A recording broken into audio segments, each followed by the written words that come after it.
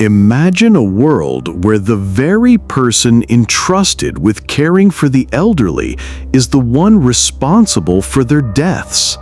A nurse, a caretaker, a seemingly gentle woman running a nursing home, yet behind her facade lies a chilling secret. This is the story of Amy Archer-Gilligan, a woman who turned her nursing home into a murder factory, claiming the lives of at least 5 people. But could there have been more?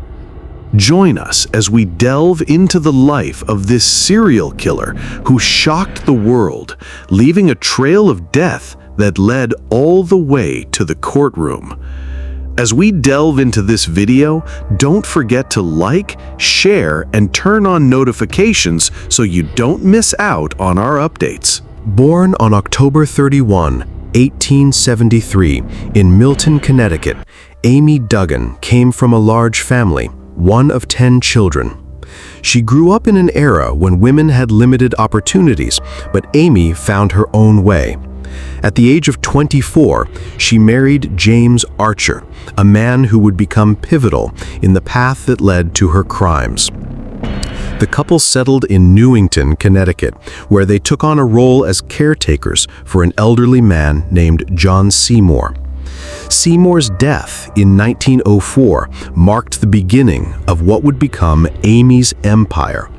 With his passing, the Archer family turned his home into a boarding house for the elderly, a business venture that seemed innocent enough.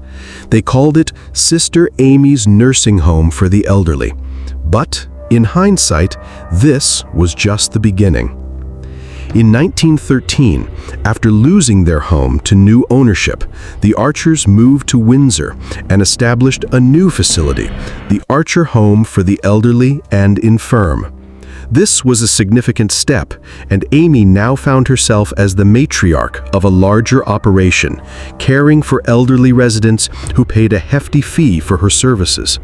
It was a prosperous business, yet it would soon become a death trap for many of her vulnerable clients. Her first husband's death in 1910 raised no suspicions at the time. Officially, it was ruled as death from Bright's disease, but in retrospect, his untimely passing left Amy with financial security, thanks to an insurance policy she'd taken out on him shortly before he died. Little did anyone know, this would be a pattern Amy would continue for the next several years. In 1913, Amy remarried Michael Gilligan, a man with wealth and 4 adult sons. He had every reason to believe he had found true love, but just 3 months after their marriage, Michael died suddenly. The cause? Officially, it was listed as acute bilious attack, essentially a severe case of indigestion, but the circumstances were eerily similar to her first husband's death. Amy soon found herself inheriting Michael's estate, but there was something strange about his will. It was discovered to be a forgery, written in Amy's own handwriting. At the time, no one suspected the woman who ran the nursing home was poisoning her husbands and clients for financial gain. But the truth was coming, and the pattern was about to be exposed.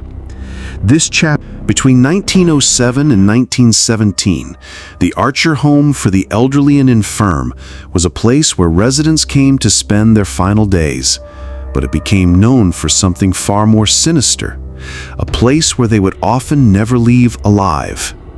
At least 60 deaths occurred at this facility, and as the years went on, family members began to notice a disturbing trend. Far too many of Amy's elderly clients were dying under suspicious circumstances. Initially, between 1907 and 1910, only 12 residents passed away.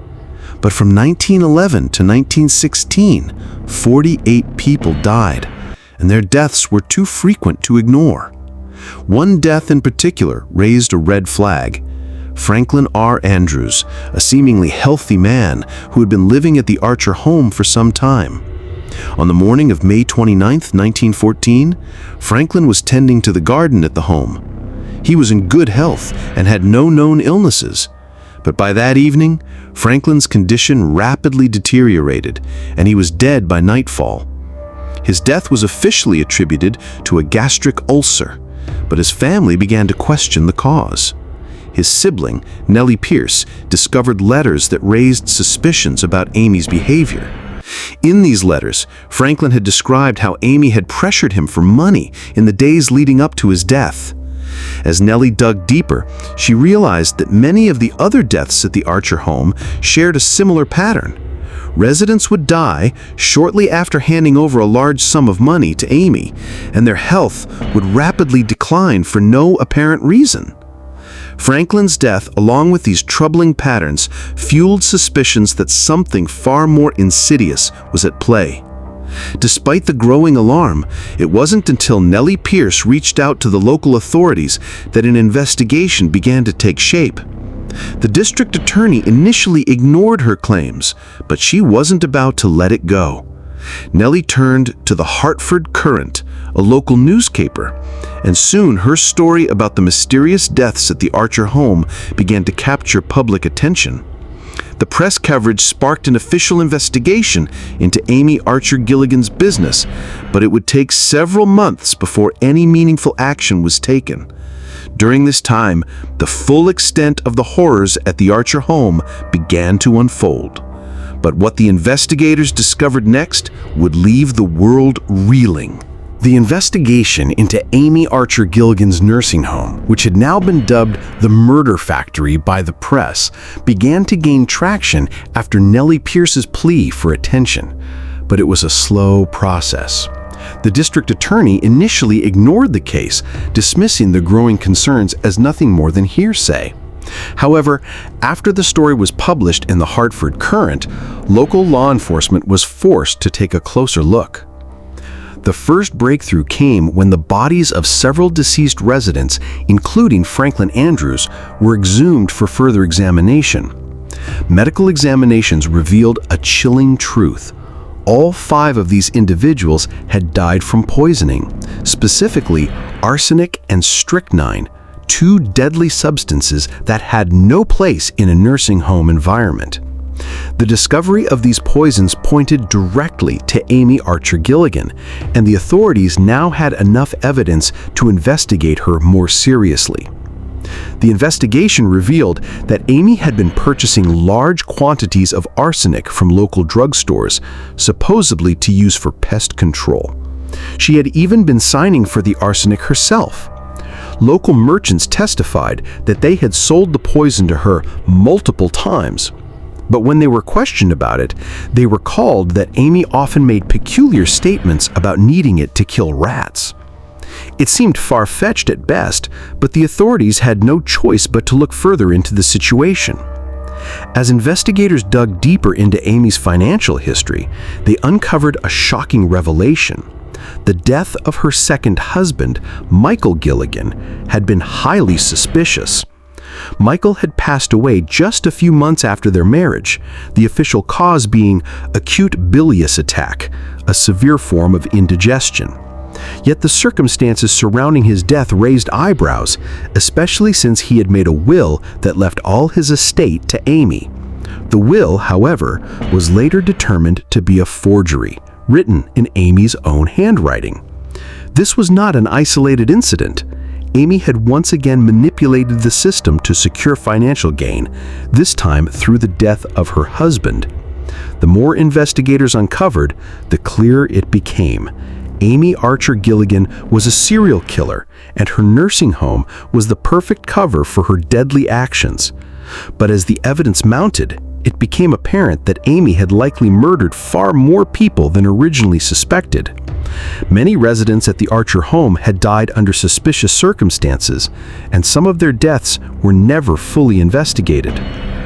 As the investigation began to piece together the full extent of Amy's crimes, the public was horrified by the scale of her manipulation and deceit. But what would happen next was even chilling. The final push that would lead to Amy's arrest and the trial that would follow.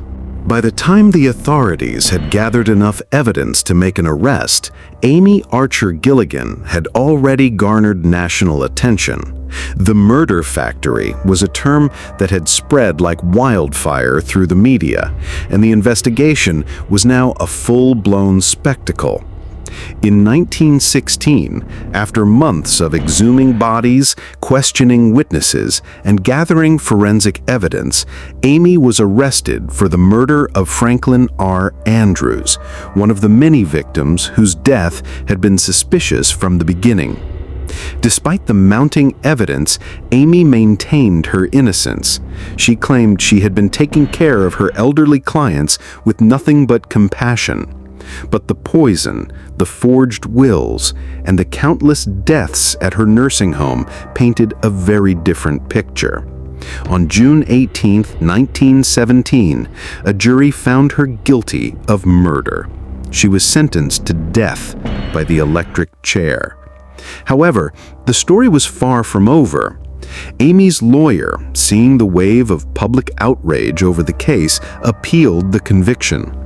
In 1919, Amy was granted a new trial, and this time her defense would take a different approach. They argued that Amy was insane. This plea of insanity would become the focus of the new trial, and it raised serious questions about her mental state. At the second trial, Amy's daughter, Mary Archer, took the stand. Mary testified that her mother had been addicted to morphine for years, and that the addiction had likely clouded her judgment. This defense tactic seemed to resonate with some members of the jury, as Amy's mental state became the cornerstone of her defense. But despite her claims of insanity, the court found her guilty once again. This time, however, Amy's sentence was drastically reduced. Instead of being sentenced to death, Amy was sentenced to life in prison. She had avoided the electric chair, but her fate was far from kind. The convicted killer was sent to the Connecticut State Prison for Women, and her life behind bars would be one of eerie isolation. But her story didn't end there. In 1924, after several years in prison, Amy was declared temporarily insane and transferred to the Connecticut Hospital for the Insane in Middletown. It was here that she would spend the rest of her days, far removed from the public eye that had once scrutinized her every move. Despite her conviction and imprisonment, the mystery of how many people she may have murdered still lingers. Amy Archer-Gilligan's legacy as one of America's most infamous female serial killers continued to haunt the small town of Windsor, Connecticut, and her name would be forever linked to the dark, tragic history of the Archer Home for the Elderly and Infirm. If you found this story chilling, make sure to like, subscribe, and turn on notifications so you don't miss out on more true crime cases that reveal the darkest corners of human nature. Share your thoughts in the comments below. Do you think Amy Archer-Gilligan's insanity defense was valid, or should she have been executed for her crimes? Stay tuned for more shocking tales from the world of true crime.